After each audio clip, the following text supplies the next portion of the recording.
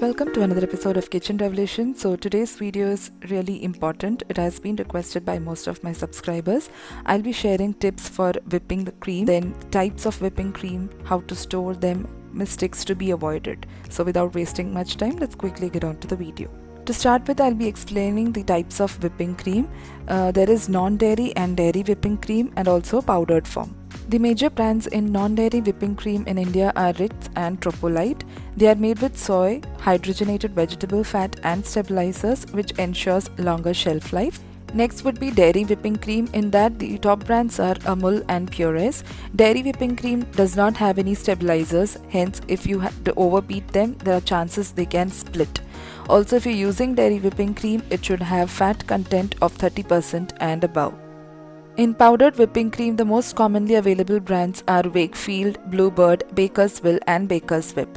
These whipping cream powders are made with sugar, glucose, hydrogenated oils and stabilizers. Process of whipping powders are slightly longer. You first need to combine them with some form of liquid, that is either milk or water, and this needs to spend some time in the freezer before you can actually whip it. For a perfect bakery style whipped cream, I would suggest non-dairy type, which I'll be explaining further in this video.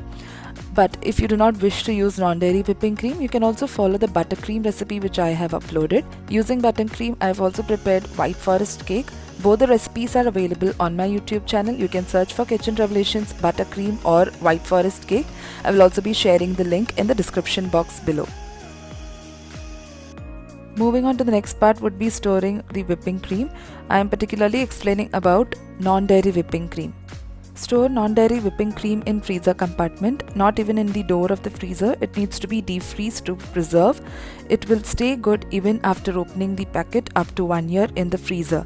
Once you open it, seal the packet using clips or staple it. Next important point would be temperature. Suppose you're planning to whip your cream next day. Place the packet from the freezer to the refrigerator compartment the previous day, that is at least 24 hours. It should have been in the refrigerator. In this way, it will melt on its own. You should also note that before using whipped cream, it should be chilled. It should not be at room temperature, else it will not form peak but will melt when you start to whip. Next and the most important point is how to whip. Take the required amount of cream using a measuring cup and immediately seal the packet and place it in the freezer. Then start from the base or first speed on your hand mixer. Invest in a good quality hand mixer as it is essential for whipping cream. You need to beat for a good amount of 10 minutes. First 5 minutes on low speed. When the cream starts to form waves, increase speed of your hand mixer and whip again for 10 minutes. When stiff peaks form, you can stop beating the cream and it is ready. Important thing to be noted, all utensils, spatula should be dry. There should not be any water content. Do not add any water or sugar as whipping cream is sweetened and you do not have to add anything extra to alter the texture or flavor. The next important point is consistency. How to check the consistency of your whipped cream. Soft peaks form when you dip the blade and lift. Or flip the bowl and if the cream doesn't fall, it means that the consistency is perfect. Or one more trick is the cream should have doubled or tripled the quantity you had taken after whipping, as you can see in this video. Next important point is which, when and how to add color to your whipped cream. We get various types of food colors in the market, but while using them in whipped cream, it is always better to use gel-based food colors rather than water-based food colors. In case of gel-based food colors, you will need to add just 3 to 4 drops. However, in case of water-based food colors, you will have to add at least 3 to 4 teaspoons, which will alter the texture of the whipped cream.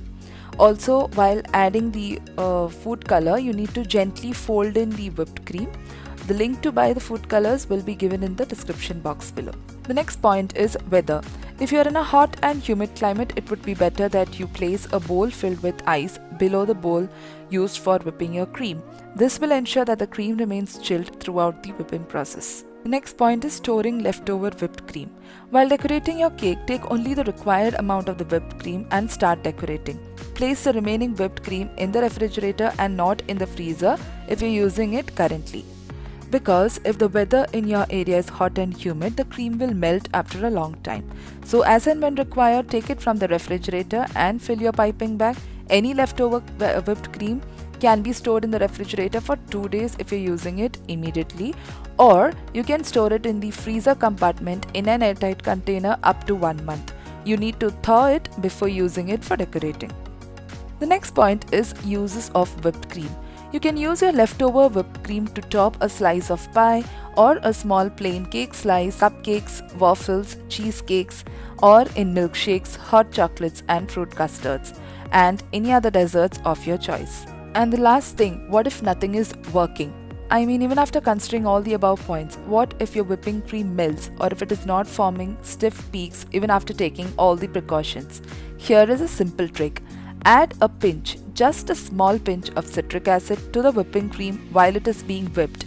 This will stabilize it and then you can continue your whipping process. These are the small problems that I had faced while I had started my baking journey, so I thought why not share it with my subscribers.